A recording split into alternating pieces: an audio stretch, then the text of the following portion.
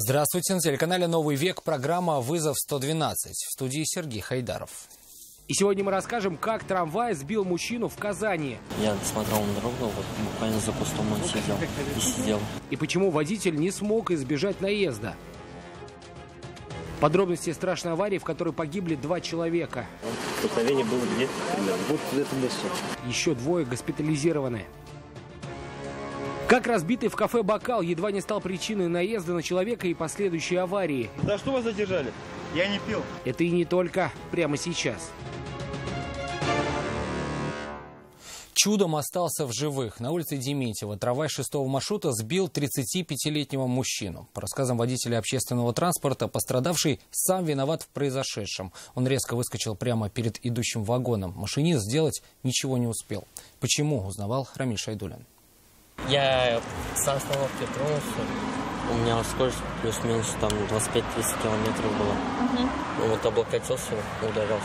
Водитель трамвая Фарид рассказал, что только успел отъехать от остановки на улице Дементьева, как увидел прямо перед собой мужчину. Остановиться, говорит, не хватило ни времени, ни расстояния. Нажал на тормоз, но было уже поздно. Через мгновение удар. Говорит, вышел из вагона и увидел лежащего на рельсах человека. Понять, что он сильно пьян, было нетрудно. Несмотря на это, приложив некоторые усилия, мужчина самостоятельно смог встать, но еле держался на ногах. Дело было вовсе не в полученных травмах. Удар был не сильный. Он был в неадекватном пьяном состоянии.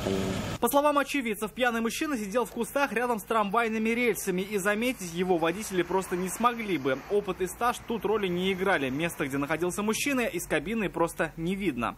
А за рулем трамвая когда вы ездите?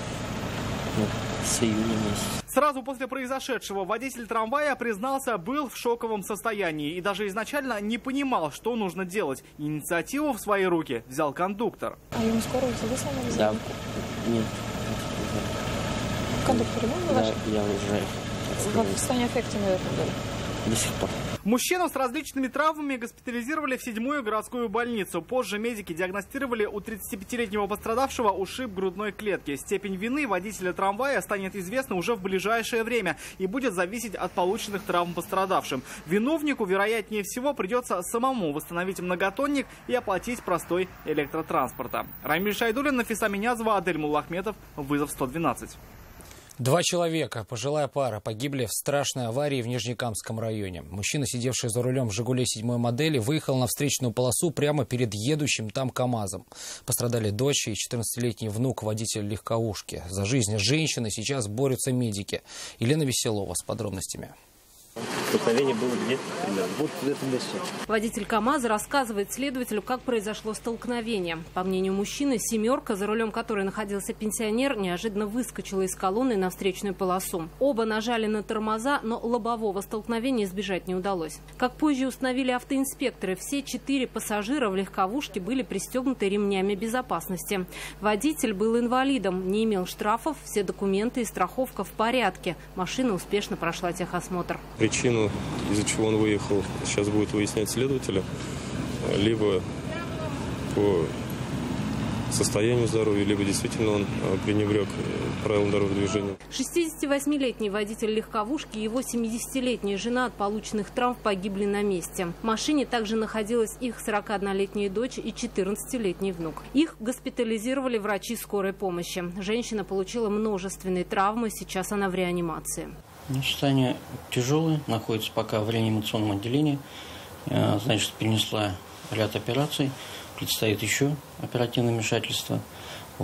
Пока состояние остается тяжелое, имеются повреждения как костей, так и внутренних органов. У подростка врачи диагностировали ушиб правой почки. Операция ему не нужна, но требуется психологическая помощь. Елена Веселова, Лилия Егорова, Фахри Исламов. Вызов 112.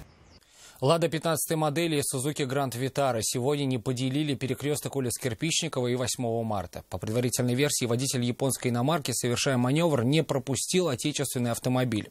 Удар был настолько сильным, что оба транспортных средства не смогли уехать с места ДТП своим ходом. Анна Городнова с места происшествия. Сузуки ехала по улице Академика Кирпичникова. На перекрестке водитель иномарки планировал повернуть налево на улицу 8 марта. Перед совершением маневра ему нужно было пропустить проезжающую по перекрестку прямо «Ладу» 15-й модели. Мужчина, вероятно, сильно торопился и решил проскочить перед отечественным автомобилем, прибавив скорость. Но проскочить не успел. Столкновение с легковушкой было практически лобовым. На вопрос, что произошло, ответил просто. Участники аварии, чтобы не затруднять движение, на перекрестке зарисовали схему происшествия и самостоятельно отправились в автоинспекцию для оформления документов. Анна Городнова, Ленар Гинатуллин, вызов 112. Проехал на запрещающий сигнал светофора. Сегодня ранним утром на перекрестке улиц Маланура-Вахитова и Большая Крыловка водитель Volkswagen Polo протаранил Suzuki Grand Vitara. Водитель легковушки, хоть как уверяет, и проехал перекресток на зеленый сигнал светофора, но не заметил, что поворот налево в этом месте регулируется дополнительной секцией светофора. Прибывшие на место сотрудники автоинспекции первым делом спросили, пил ли он спиртное, и пригласили мужчину пройти тест на алкогольное опьянение. Подробности в следующем репортаже. Как произошло, не расскажешь, просто для информации? Пожалуйста, с 5 часов здесь торчим.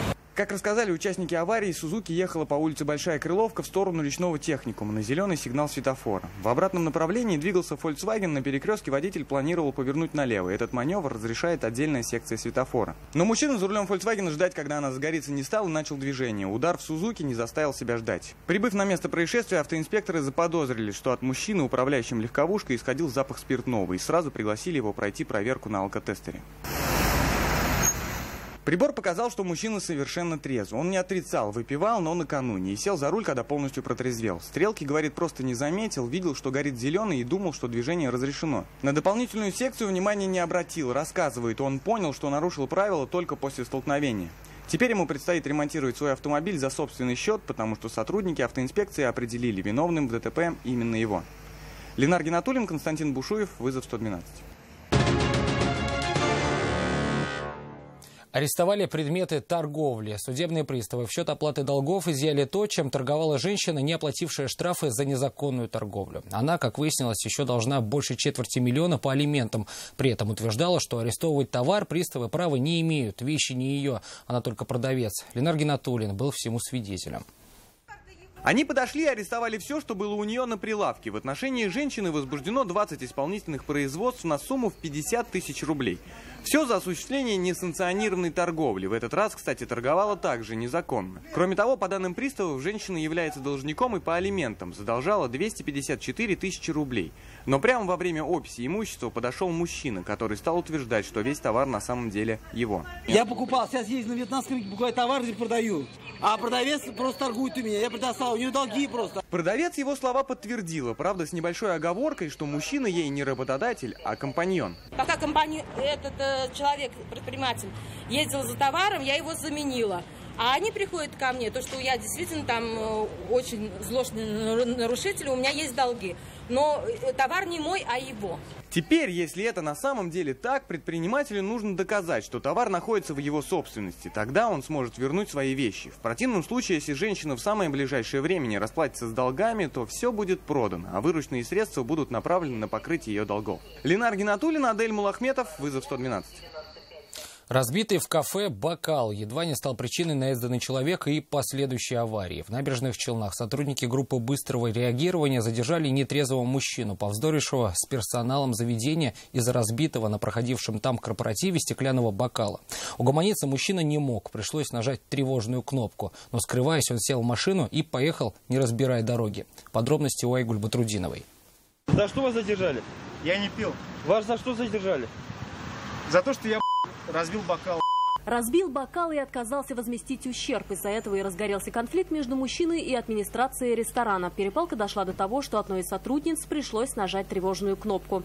Самостоятельно утихомирить буйного мужчину у сотрудников заведения не получалось. Группа быстрого реагирования охранного предприятия вывела буйного клиента на улицу, чтобы остальных отдыхающих не смущал разбор происшествия. Казалось, конфликт был закончен, но через некоторое время нетрезвый мужчина сел в машину и, резко рванув с места, чуть не сбил проходящего мимо пешехода и был близок к столкновению с припаркованной рядом машиной. Сотрудники группы быстрого реагирования поняли, что мужчина представляет реальную угрозу для остальных, вызвали сотрудников полиции и бросились в погоню за нарушителем.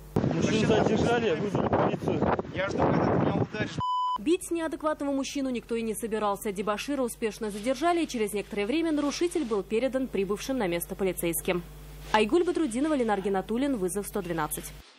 Это все, о чем мы успели вам рассказать. В студии был Сергей Хайдаров. До встречи и не бросайте вызов судьбе. Вдруг она его примет.